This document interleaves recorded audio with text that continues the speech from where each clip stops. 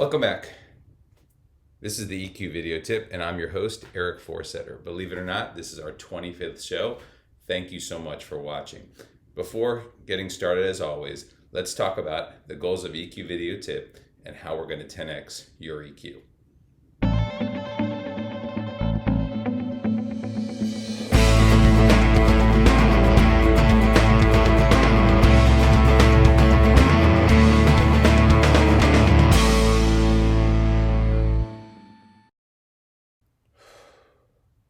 Welcome back. We've got a great show on tap, and we have research from Stephanie Vaza from Fast Company. She's going to tell us about career-inflicted mistakes you might be making that's slowing or impeding your progress in the workplace. When things go wrong today in your work environment, it's easy to look around and say, you know what, it was my boss, or it was the economy, or it was my coworkers. But sometimes the culprit for a stalled progression in your career is staring right back at you in the mirror. It's actually yourself. And people tend to shoot themselves in the foot when they don't know what they're doing. And that's according to Eli Joseph, or Dr. Eli Joseph, the author of The Perfect Rejection Resume, a reader's guide to building a career through failure. Before you decide to go and quit your job because of lack of upward mobility, consider looking into these 5 things and deciding if you're making one of these career mistakes. Hopefully these tips will help you out.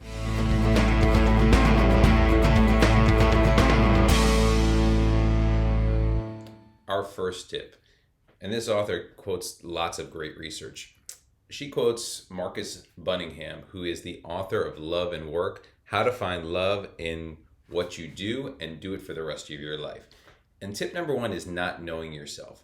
A lot of times employees or people think they showed enough grit, they showed enough determination, they can acquire any skill they want, and they think the problem with their current job is there's something wrong with their manager or something wrong with the company. So instead of learning more about that job and how to do it to their best ability, they jump from job to job, never really taking the time to understand that job, and more importantly, understand who they are and what they're good at. Take a moment to get to know yourself and understand what you do well, what you need to improve on, and what you want to do.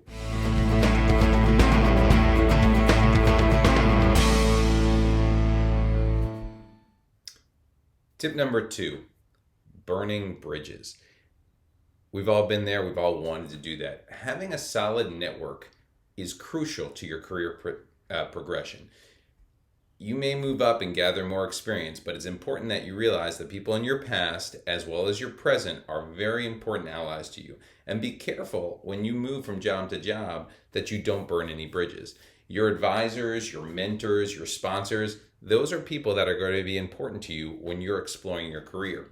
Common ways to burn bridges include stopping to do good work after a period of time because you just put in your 2-week or 3-week notice, or not caring and having a nonchalant behavior because you've done it before and you don't, quote, need these people. You're sabotaging yourself because you never know what will happen in the future and you might need one of them as an ally. Don't burn bridges.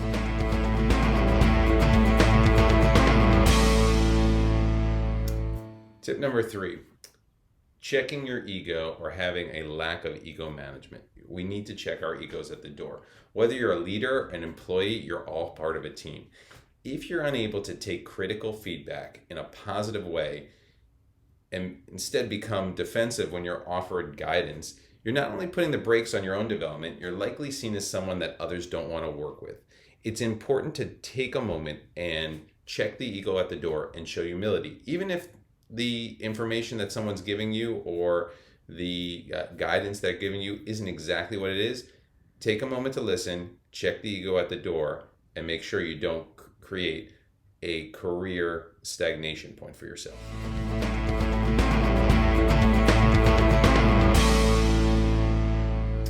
Our next tip, an inability to navigate around ambiguity. It's important that when things change and it's uncertain in the environment you work in, that you're able to navigate that. Employees who've mastered their roles typically don't respond well to having to adapt to new ways to do things. That's okay, but the resistance to learning, to adapting and embracing new skills that would help you perform better and become faster in your job becomes quicksand, and it keeps you stagnant in your role. It's important to navigate that ambiguity to figure out how to become core to the business competencies that are out there as well. If you're not willing to demonstrate that and you can't embrace that change, then you risk putting yourself into that proverbial pigeonhole. Take a moment to figure out how to navigate that ambiguity.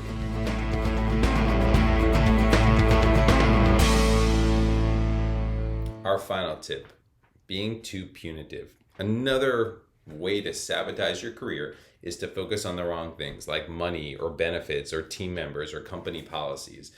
If you have a manager who doesn't understand you, doesn't care about you, that's worth looking somewhere else. But everything else is not part of what drives our career and our success. Many of the people today who have joined that great resignation are waking up today finding themselves that the grass is not greener on the other side. Grass is actually exactly the same. If you move from one company to another and you imagine it's going to be different, it's probably not. Maybe you'll have that honeymoon phase, but in the long run, companies are very similar in certain ways. The key to stop sabotaging your career is to stop swinging for the fences or for a home run, as they would say. Instead, start hitting singles or, really figure out ways to help yourself create the job of your dreams. Every day, wake up and think about little pieces of things that you can do to build your career and make it better. Focusing that way will help you build that home run in the long term.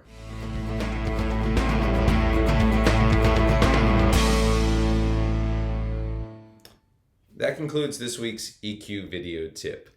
Here's a quick recap of all the things we covered in this week's tip. Take a moment to look at them and obviously customize them to make your EQ even better. Thank you.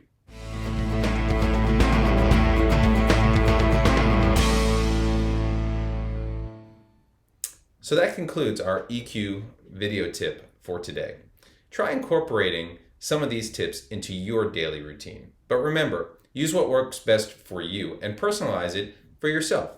Thank you always to our great research team for providing us with some great tips today. As always on EQ Video Tip, we want to end with gratitude. So thank you for watching. We really appreciate it. Here are some resources that you can use if you want more information on EQ going forward. Thank you again, and we look forward to seeing you in the next episode. Thank you.